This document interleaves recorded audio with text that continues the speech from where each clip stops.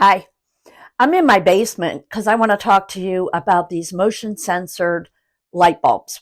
So I don't like walking into my garage because normally I have a dozen things in my hands. There's no light switch in the inside of my basement to turn the lights on in the garage before I get in there. In order to do that, I have to walk all the way down to the end where the garage door is. I don't have a garage door opener, so you have the lights, which means I'm going to trip and fall over something. So my son installed these into my garage, and I just want to show you how they work.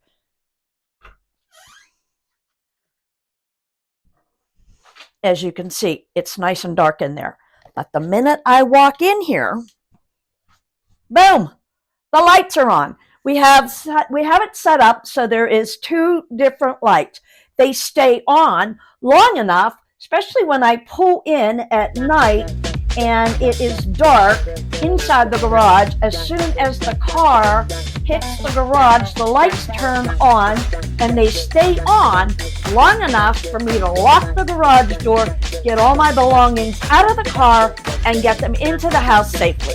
I just feel so much better and safer with these lights in my garage, and that is just my honest opinion.